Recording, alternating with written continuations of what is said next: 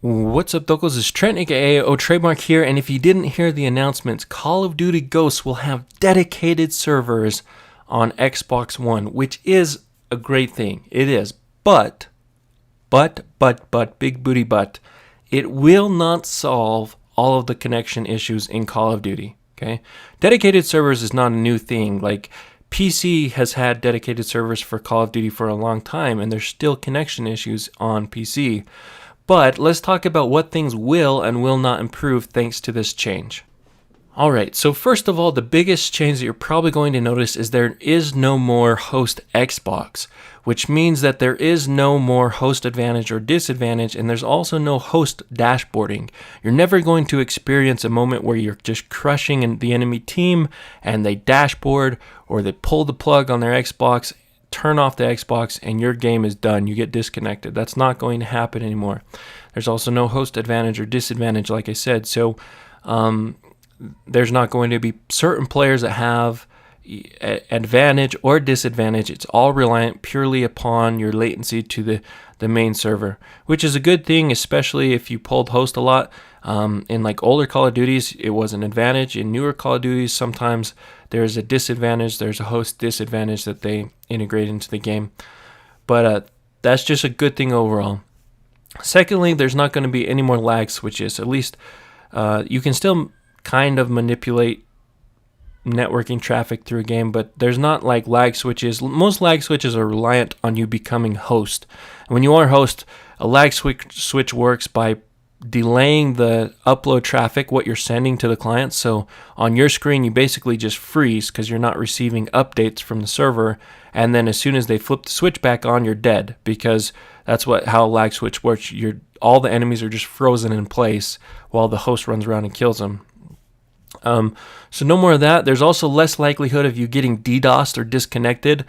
Technically, all someone needs to DDoS you is your IP address, but usually they got their IP address by sniffing packets when they were host, because when you are host, you're receiving information from all the players that are in your game. So all the players are sending traffic to you, and it's really easy to determine where that information is coming from.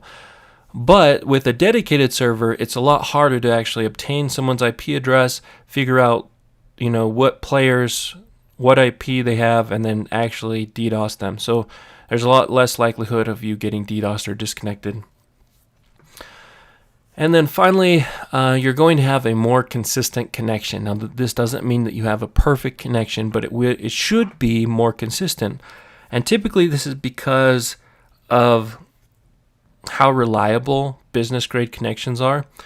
These servers should be, I'm not positive, these are Microsoft servers. They're ran on the cloud server. I don't have the specific details on what type of servers they're running, but they should be, really relatively fast, high bandwidth, high reliability, fiber, pure fiber lines, and hopefully they're geographically spread out. Hopefully they have servers in all of the major areas within the biggest countries that are going to be utilizing these consoles, so that you always have a server that's within good range of yourself, that you can get a good ping, good latency on whatever server you connect to. So you should have a more consistent connection, because you don't have these consumer grade connections that are like on cable and DSL that are very unreliable. They fluctuate.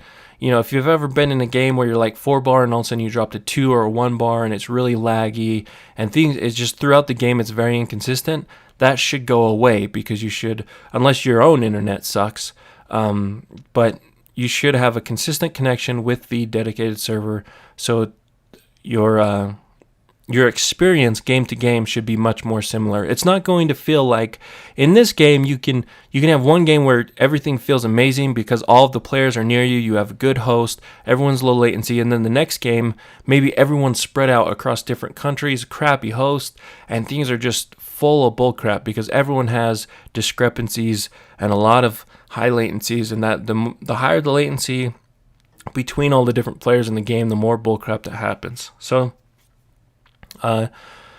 those are the things that are going to improve. Now let's talk about what won't change. First of all, lag compensation will not change. Lag compensation is a good thing. It is required in first-person shooters, if you want to shoot at your target rather than lead them, lag compensation, it compensates for the latencies that exist in online games. If you didn't have lag compensation, you would have to lead all of your targets 100, 200 milliseconds in front of where they are. Okay, so it's a good thing. Now, whether they tweak that, I'm not sure what they're going to exactly adjust within the networking code itself, but that won't change. Secondly, hit detection will not change per se. It should be more reliable, but the way the hit detection works is that your Xbox is constantly sending packets to the server, and then the server takes those packets and compares them. It essentially rewinds time and compares them to where your Xbox says you were and where the enemy player was, and it determines if that should be a hit. And it also determines when you should die or live, which is why you get a lot of those moments where you run around a corner and on your screen you're behind cover, but on the enemy screen you were in plain sight when they were shooting at you. So that's why there's a discrepancy there, because the server actually has to rewind time and look at what you were doing, what the enemy was doing, and determine the outcome of that situation. So hit detection won't change. Now it could change. It will be more consistent, and it could change depending on how much they tweak the networking code. But you're still going to have funky issues with if you have UDP loss. If you send a packet that has a hit registration, and because UDP doesn't have a confirmation, if that packet gets lost in the internet, well, you don't register a hit, or at least your Xbox has to. The server will send back, hey, I'm missing a packet, and you have to resend that information. So it's at the best case scenario, it's delayed that information gets to the server, in which case you might already be dead by that time. So that won't change directly. And the last thing, people still are going to be able to leave games dashboard. It won't end the game now, but they're still capable of doing that. That's something that's going to have to be fixed within the game itself. But those are the things that are going to improve and not improve. The last thing I want to talk about are a couple disadvantages which come with dedicated servers. And there's so many more advantages than disadvantages that really you want dedicated servers. But let's talk about some of the disadvantages. People who live in remote areas could be at a disadvantage with dedicated servers. For example, if you live in Alaska and you play a current Call of Duty, let's say that there's 12 players in Alaska and you all connect to each other, and one of you pulls host, so all of you are going to have a relatively good connection if you're within a close proximity to each other. So you might have a good connection. Now, when it switches to dedicated servers, you're going to have to connect to the closest dedicated server to you, which might be, I don't know where Microsoft has all of their hubs located, but it might be in Washington of the US. So if you have to connect all the way through Canada and through, if it's geographically a long ways away to connect to the nearest dedicated server, you might have a worse connection than you're used to, because you're used to playing with people in close proximity to you.